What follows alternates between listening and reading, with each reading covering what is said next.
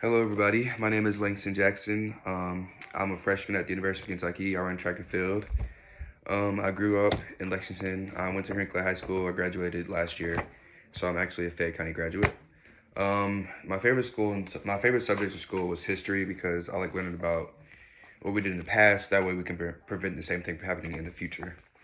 The book I'm gonna be reading you guys today is Grace for President, right here. I'll show you guys a few pictures.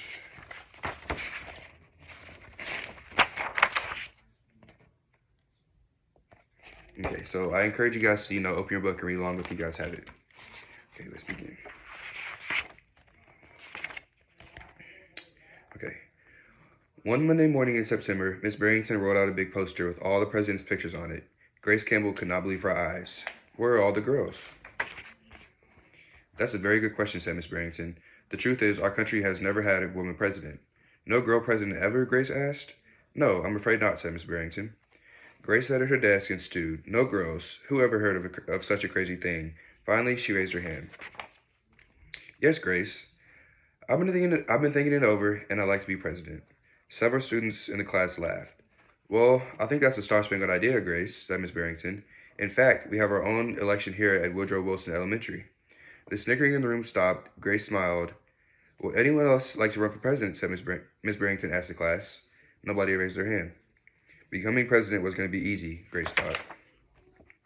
The next day, Miss Barrington made an announcement. In the name of democracy, I have invited Mr. Waller's class to join our election. Their class has nominated Thomas Cobb to be their president candidate. Grace's heart sank. Thomas was a school spelling bee champion. His experiments always took a blue ribbon at the science fair, and he was a captain of the soccer team. Becoming president wasn't going to be as easy after all, Grace thought. The teachers put all of the names of all 50 states and the District of Columbia into a hat. Everyone except for Grace and Thomas got to choose a state. I'm Texas, said Anthony. I'm New Hampshire, said Rose. I'm Michigan, said Robbie. What does the number 17 mean? Each state is assigned a number of electoral votes. The number is determined by how many people live in that state, said Miss Barrington. Each of you will be a representative of your state. Altogether, our country has 538 electoral votes, Mr. Waller explained. On election day, the candidate who receives 270 electoral votes or more wins the election. Why 270, asked Rose. That's more than half of all the electoral votes, said Mr. Waller. Becoming president really wasn't going to be easy, Grace thought. Grace came up with a campaign slogan. Make history, vote Grace Campbell for president. Thomas came up with his own campaign slogan. Vote for Thomas Cobb, the best man for the job. Grace listened to what issues were important to his students and made a list of campaign promises. Thomas made up his own list of promises. Grace made posters and buttons. Thomas made posters and buttons too. Each week, the teachers set aside time for the candidates to meet with their constituents. Polls were taken. Voters were making their choices. Grace continued to campaign. At recess, she gave speeches. During lunch, she gave out free cupcakes. And after school, she had rallies. Meanwhile, Thomas wasn't worried. He had very cleverly calculated the boys held slightly more electoral votes than the girls. At recess, Thomas studied his spelling words. During lunch, he worked on his latest science experiment, and after school, he played soccer. Even before the election, Grace made good on her promises. She joined the safety squad. She organized a school beautification committee and volunteered her time in the school cafeteria. In early November, Woodrow Wilson Elementary hosted a special election day assembly. Grace and Thomas took their places on stage as the school began to play. School band began to play. Henry was the first representative to approach the microphone.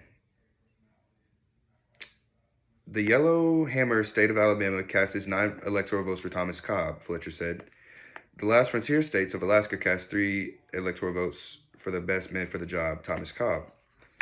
The Grand Canyon, Hannah called out, the Grand Canyon state of Arizona cast 10 electoral votes for Grace Campbell. And so it went. State after state cast their electoral votes. The scoreboard in the gym kept track of the total votes. The voting demonstration was quickly coming to an end. Clara approached the podium. The Badger State of Wisconsin cast its 10 votes for my best friend, Grace Campbell. Grace looked at the scoreboard. Thomas had 268 electoral votes. She had 267. There was only one state still unaccounted for, Wyoming. Thomas grinned. Grace felt sick. Sam walked up to the microphone. He looked at Thomas. He looked at Grace. He looked down at Grace's handmade flag. Sam didn't say a word. "What are you waiting for?" Thomas whispered. The band stopped playing. All eyes were on Wyoming. Finally, Sam cleared his throat. The equality state of Wyoming cast its 3 electoral votes for Grace Campbell. The gymnasium erupted in loud cheers and a few boos. Miss Barrington approached the podium with 270 electoral votes. The winner is Grace Campbell. Thomas looked stunned. Grace hugged Sam. "Why did you do it? Why did you do it?" she asked. Sam handed Grace his flag. "Because," he said, "I thought you were the best person for the job." The following week, the students in Miss Barrington's class were preparing for their career day presentations. Grace volunteered to go first. She stood at the front of the room and glanced at her poster still hanging on the wall. "My name is Grace Campbell, and when I grow up, I'm going to be President of the United States." This time, everyone believed that she would. And that is the end of the book. I thank you guys for reading with me, and I encourage you guys to read aloud with your family during this quarantine and staying safe.